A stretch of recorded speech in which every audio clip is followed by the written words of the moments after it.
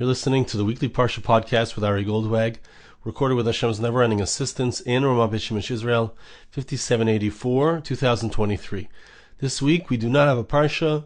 We begin the holiday of Succos. We're going to read about Succos. The following week is going to be Simchas Torah here in Israel, and we're going to read from the last Parsha of the Torah, Mitzvos. We're going to start the Torah anew with Bereshis. But I'd like to share with you some thoughts about our holiday, about Succos. Zman Simchaseinu. It's a time of tremendous joy, and we have so many mitzvos. We get to sit inside of the sukkah, eat our meals in the sukkah, be metayel, as the Gemara says, in the sukkah, hang out in the sukkah, spend time with our families. And we have the mitzvah of the arba minim, the four species, the Lulav, the Esrog, the Hadassim, the Aravos. And I'd like to share with you some thoughts about it. These are mitzvahs that are very precious to the Jewish people. These are mitzvahs that we hold very dearly, that we hold dear. And I'd like to think about and share with you some thoughts of my own. I want to tell you that of all of the holidays, if you would ask me which is my favorite, so of course we're not supposed to have favorites, but Succos is my favorite. And part of it is because in 11th grade, 27 years ago, with my Rabbi Yehoshua Kalish, we completed Maseches Sukkah. It was the first tractate of the Talmud that I completed, 55 pages, and I've completed it numerous times since then. And so it has a special place in my heart. And not only that, but I was thinking recently about the fact that about 25 years ago was the first time that I spoke publicly in this type of forum where I create some kind of idea, bring together different ideas, and present it in front of an audience. It was in front of a live audience. It was in the Young Israel of West Hempstead, where I grew up, in West Hempstead, Long Island, New York. And they had a kenes b'nei hayeshivas. They invited guys who were, at that time, either high school or post-high school. I don't remember exactly what the age was that I started doing it, but I think it was post-high school. Me and some other of my contemporaries, some friends of mine, were asked by the synagogue. They had all of the people came out to listen to us speak. And I spoke about the Gemara, which I'm going to share with you now. I spoke about some other things as well. I'm not going to get into because it's more halachic and I want to be more agadic, let's say. But it has a special place in my heart. It was the first time that I realized, or the second time, that I was able to speak in the way that I do. Baruch Hashem, have been recording these podcasts for 16 years plus. So all of this combines to, what a simcha, what a joy that we have when it comes to Simchas Torah, when it comes to Succos, when it comes to the Mitzvos, the Sukkah, the Lulav, the Esrog, etc. So I'd like to read to you, the Gemara tells us that the Gemara is talking about the fact that we have to, when we shake a Lulav and an Esrog on the first day, this year we won't be able to because the first day falls out on Shabbos. But ordinarily, when the first day is not on Shabbos, so we shake the Lulav and the Esrog, but it must belong to us. Because the Pasuk says, L'kachtem lachem b'yom harishon. You shall take for yourselves on the first day the four species. The Lulav, the Esrog, the palm branch, the Hadassim, the willow branches, the Aravos, I'm blanking on what it's called in English. And I'm sorry, we got the willows, and I always blank on these. Okay. That's one of the So these we take, and it needs to belong to us. So the Gemara says that what if I give it as a gift to somebody? Let's say I purchase it, and then I give it as a gift to somebody. But not just that, I give it as a gift on condition that you return it to me. Which means that if you don't return it to me, then it didn't belong to you in the first place. Right? I say it's yours, but only if you return it to me.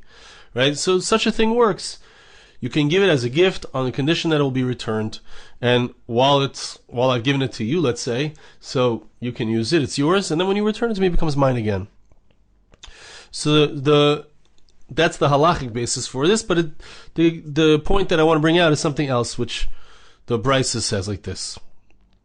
Rabban Gamliel, Rabban Gamliel, there was a story with these great sages, Rabban Gamliel, Rabbi Yeshua, Rabbi Lulav and Azariah, the famous sages of the Talmud of the times of the Mishnah, Rabbi Akiva, Rabbi Akiva was there. Sheubam b'sfina. They were traveling on a boat, and it was Succos. V'lo hoya lulav el Rabban Gamliel b'vad. There was only one lulav, one set of the arba minim that was on the boat. Rabban Gamliel had purchased it, and he had brought it with him. Shalakhay be'elef zuz. And he bought it for 1,000 zuz. Okay, understand, we say on Pesach, Tizav Abba betray zuzi. That when a goat is purchased with 2 zuz, okay, a goat today is quite expensive. I don't know the exact prices, but I imagine it's a few $100s, maybe even more. So this Lulav and Esrog was purchased for 1,000 zuzim. That's the price of, correct me if I'm wrong, 500 goats. Well, it's like an incredible amount of money. So he bought it for 1,000 zuz. Not Rabban Gamliel v'yatzaboy. Rabban Gamliel was his. He took it. He shook the lulav, and he completed his mitzvah. And he gave it to Rabbi Yeshua as a gift. Not Rabbi Yeshua v'yatzaboy. Rabbi Yeshua now had received it. It belonged to him. It has to belong to you. He took it, and he did his mitzvah. V'nasna l'Elazar ben Azariah v'matana not l'Elazar ben Azariah v'yatzaboy v'nasna v'matana v'Akiva. So Akiva yatzaboy v'yachzir Rabban Gamliel. So each of them gave it as a gift to the next rabbi, and then they shook it and they fulfilled their obligation. And at the end, Rabbi Akiva returned it back to the original owner, which was Rabban Gamliel. So the Gemara says, why does it have to tell us that he gave it back to him at the end? Because it's telling us this idea that if I give you a gift on the condition that you return it, so it's considered yours in the meantime as you're holding it, as it's in your possession, as long as it's returned in the end. Now, the Gemara says, and this is the point that I wanted to bring out, why does the Brisa need to tell us that it cost him 1,000 zuzim? It was an expensive set of the Lulav and the Esrog, 1,000 zuzim, tremendous amount of money. This is to teach us how precious the mitzvahs are to these great sages. The mitzvah is so precious, he'll spend a crazy amount of money. Obviously, it seems to me that it was a year where they didn't have a lot of them, right? If the other sages didn't even have one, Rabban Gamliel did have one, so it was clearly a time of scarcity when it came to these arba minim, and he was willing to spend a lot of money in order to have it.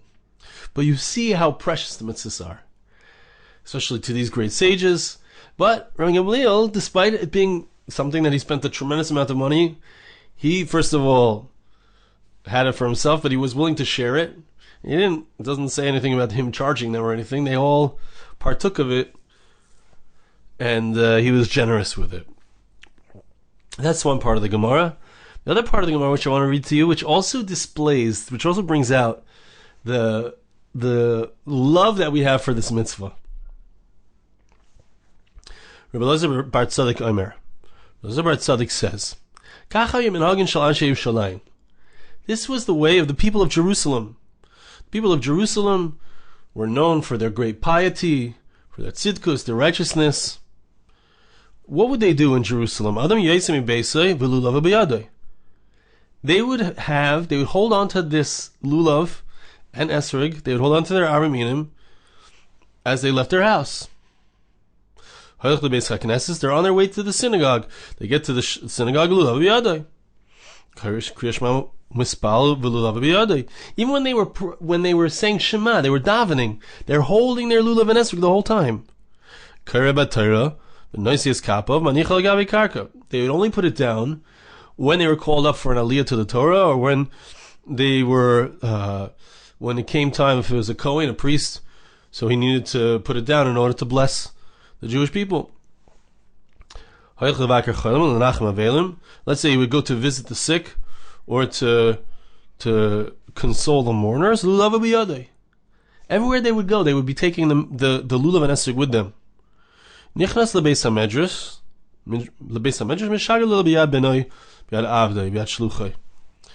to the Beis Medrash to study the Torah, so they would give it to the hands of their son or their servant, to put it away. So the Gemara says, "My kamashmalan." What does this teach us? What are they holding it so much for? This is to teach you how careful they were, how excited, how much alacrity that they had to do mitzvahs.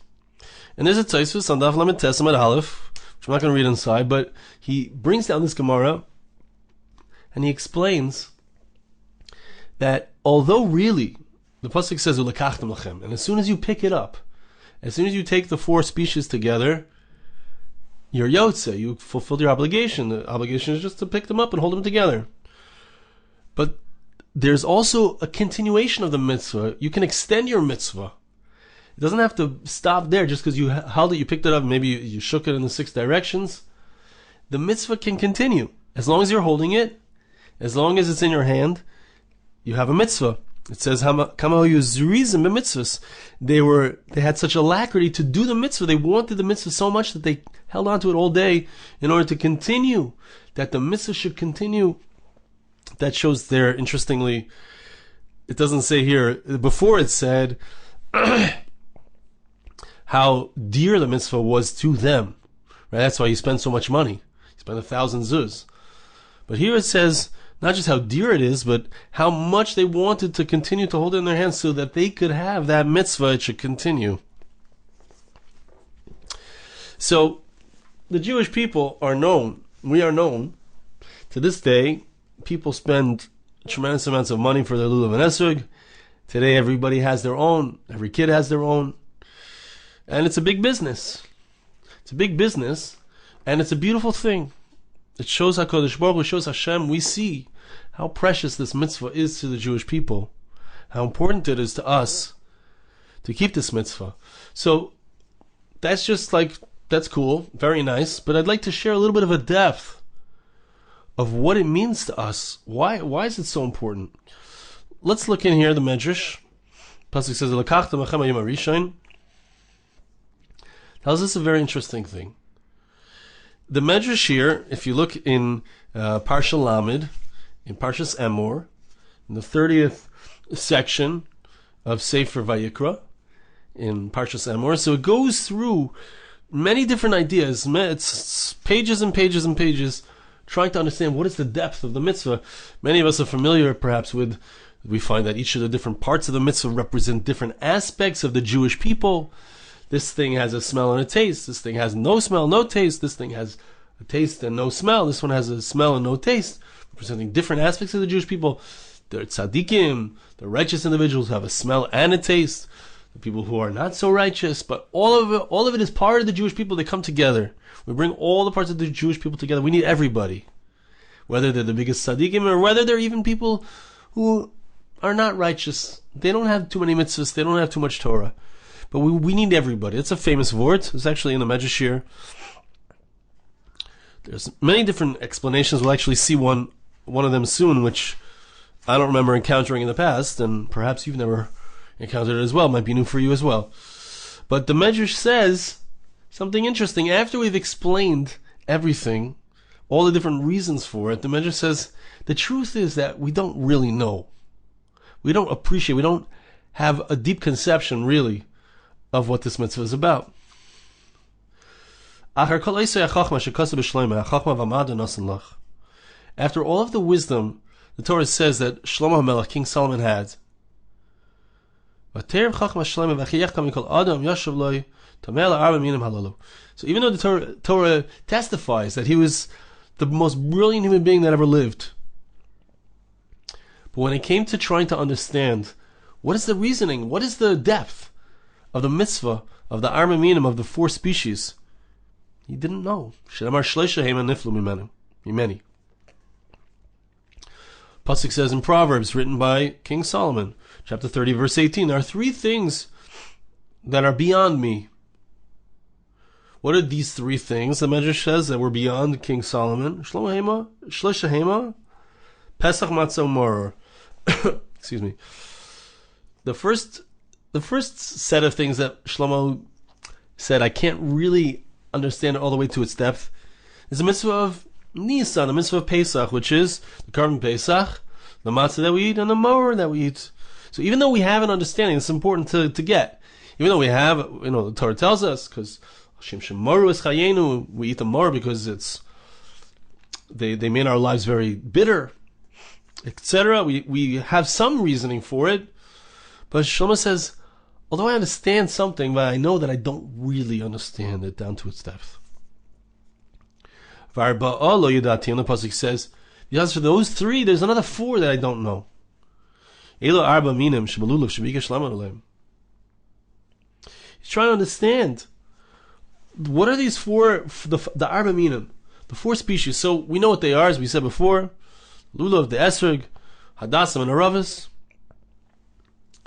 But if you read the pasuk, the way that it refers to them is a little bit nebulous. It's not so clear. You could think that it's a different fruit. It just says pre-Eitz Hadar. Right? Shlomo says, how do I know? The pasuk says it in an unclear way. Pre-Eitz Hadar. What does Paris mean? Paris Hadar. It says you should bring a beautiful fruit. There's lots of trees that have beautiful fruits. What makes this one a beautiful fruit? Interestingly, in modern Hebrew, Eitz Hadar means a citrus fruit. So there are many citrus fruits. How do I know that it's a citron? How do I know that it's an esrog? Kapois tamarim. The pasuk says you should bring kapois tamarim. Hatar amitol shtei kapois tamarim lahalal behemu ened noitel olalulav libashal tomorrow. The pasuk says kapois, which sounds like it's plural, but what do we actually do? We bring one. We bring one lulav, one palm frond. Or one of the other things that it's brought down here is that why don't we bring the fruit? Why, we bring the esrog, right? Why don't we bring the fruit of the date palm? Why don't we bring the fruit? It's sweet, it's delicious. Bring that. But we don't. Now, there's in each of the different points of the Torah mentioning the way that it refers to each of the different components of the arba minim. We could always ask, how do we know that it's this one? Banaf eitz avos, right? The hadassim, the myrtle branch. There it is. That's the word. The myrtle branch. So, mi yomer shu hadas. Who says that it's a myrtle branch? Or yomer? And the pasuk just says eitz avos, which means some kind of branch which has. It looks like a chain. It looks like it has levels. When we welcome Acher to our review, Alizayis, V'gaimer, etc., there's a pasuk which seems to indicate that Hadas is not the same thing as Eitz Avos. It's a different tree. The pasuk refers to these two in the same verse. So our review, Alizayis, etc., and it says Ale Hadas, Ale Avos, Eitz Avos. So it seems to be separate. It seems to not be the same thing. But nevertheless, we have a Masorah, we have a tradition. We know what it is. It's a willow branch. It's a myrtle branch. Rabbi Noachal and willow branches. Kol ha'ilonis gedel b'mayim. How does it refer to the willow? It refers to it as the branches that grow on a lot of water. Says the Gemara. Says the Medrash. Every tree grows on water. So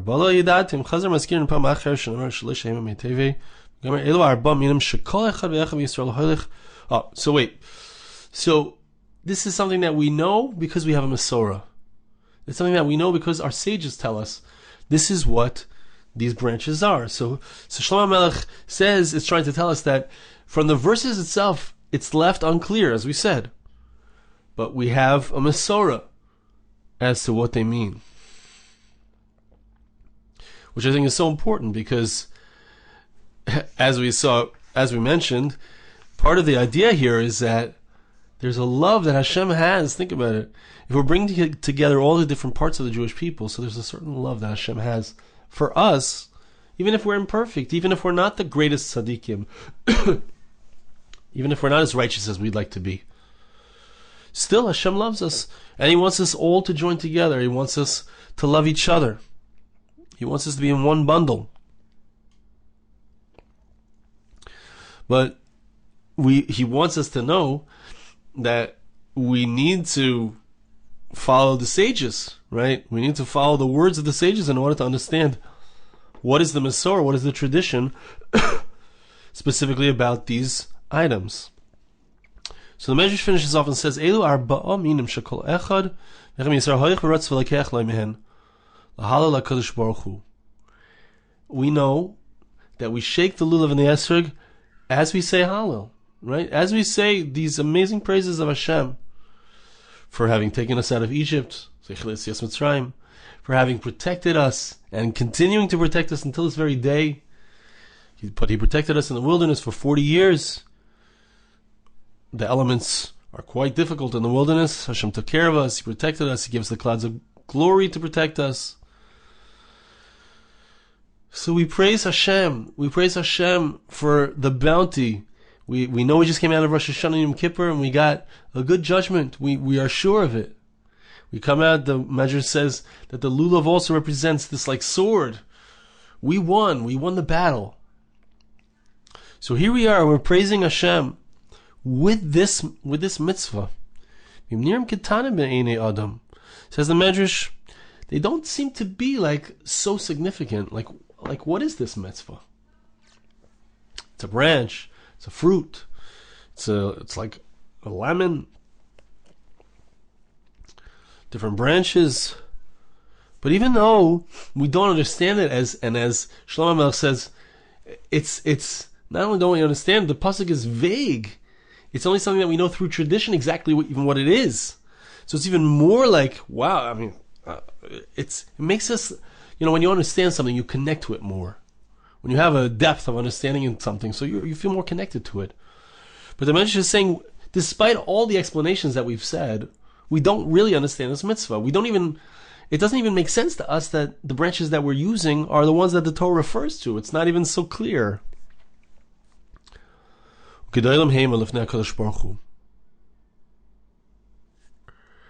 These are great in front of Hashem.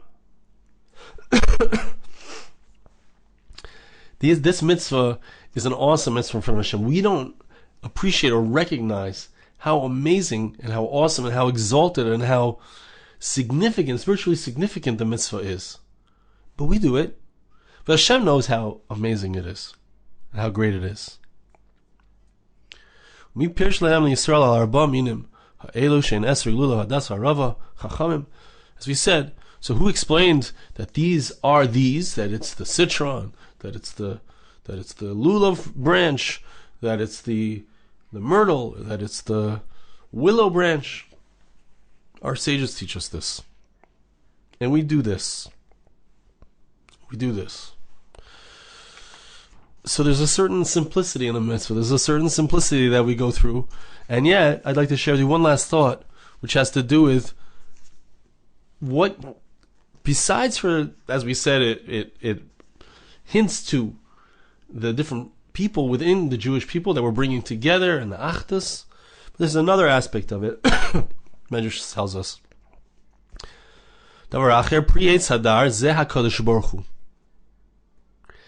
The fruit, the beautiful fruit, Hadar, says the Medrash, this represents Hashem.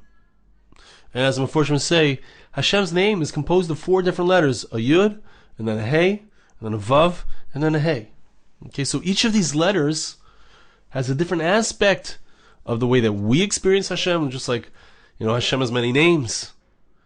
Hashem is sometimes called Hashem, sometimes he's called Elokim, sometimes he's the God of judgment, sometimes he's the God of mercy. He's the same God, but it's how it's how we experience him. Each of these different fruits represent a different aspect of Hashem. But we see that Hashem is referred to with the word of Hadar, just like this. The Esrog is referred to with the word of Hadar. Hoid ve'hadar lavashta. Hashem clothes himself in splendor and beauty. Kapos tamarim za'akadosh baruch hu. Hashem also is represented, or an aspect of Hashem is represented by the lulav. Shekasu by tzadik hatamar yifrach. Pasuk says that the righteous one blossoms like a date palm. And the righteous one, besides for the Parsha Podcast and the Pasuk, which means that it's talking about a tzaddik, a righteous individual, It's also referring to Hashem. Hashem is Tzadik Hashem Echol Derachav V'chosiv V'chol Ma'asav. We say in Ashrei. Hashem is righteous. And so there's an aspect of Hashem which is represented by the Lulav. V'yanaf Eitz Avos, the myrtle. Zakadosh Baruch Hu Dichsiv Amid Ben Hadas. And we find that Hashem stands amongst the myrtle branches. The myrtle branches represent the tzaddikim, the righteous individuals that Hashem manifests through. But the word Hadas, the myrtle, is used in reference to Hashem and His manifestation. The willow branch is also represented because it represents Hashem. Because it says about Hashem, because God rides ba'aravis, the highest level of heaven. There are seven levels. The highest one is called aravis. You have to know what that means. I'm not going to get into that. We're running out of time. But Hashem rides on aravis. So each of these aspects, each of the four parts of the Daled Minim represents HaKadosh Baruch Hu. So I'd like to say is like this. I'm going to wrap it up by saying like this. We connect to the mitzvah. We connect. What are we connecting to? We connect, and it's so important to connect simply to the mitzvah, like the Medrash said before, like we read before. It's important to connect to it simply. We don't understand it. But on another level, and I can, like the Anshe Yerushalayim, I can love this mitzvah. I don't totally understand it. I'm going to just hold it with me. I just want to do this mitzvah. It's Hashem's mitzvah. On another level, we connect to Klal Yisrael, the Achdus, the joining together the different aspects of the Jewish people. But on another level, when we hold it, it's like, I'm willing to pay 1,000 zuz. Rabban Gamliel was willing to pay thousands of dollars to have a Lulav and an Esrog. Why? Perhaps we could say, because he recognized that manifest, besides for all the other things, manifest within the Daled Minim is a representation of Hashem, the glory of Hashem, the way that Hashem manifests through the tzaddikim, through the righteous. It's all represented in these four different species: the citron, the lulav, the esrog, the hadassim, the aravis. We bring them together and we shake it. We can shake it simply. We can think about HaKadosh Baruch Hu as we shake it. We can have all different types of kavanas, but the end of it all is how precious it is. How precious the mitzvah is. We're willing to spend money on it. How precious, how beloved, how special, how connected we are to the mitzvah. We want to hold it all day long, like the Anshe Yerushalayim. We don't want to let go. We know we only have, usually we have 7 days. This year we only have 6 days because one of the days, the first day is Shabbos. But how precious the mitzvah is and how much we want to hold on to it. Because what we really want to hold on to is the connection to Hashem, to God. And I want to bless you and ask you to bless me. Hashem should help us.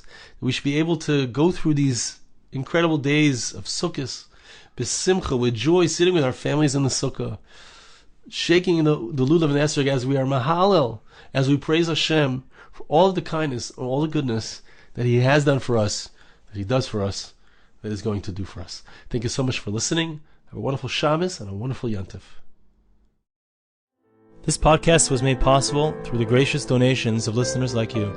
For more podcasts like this, please visit www.arigoldwag.com or search on iTunes Ari Goldwag.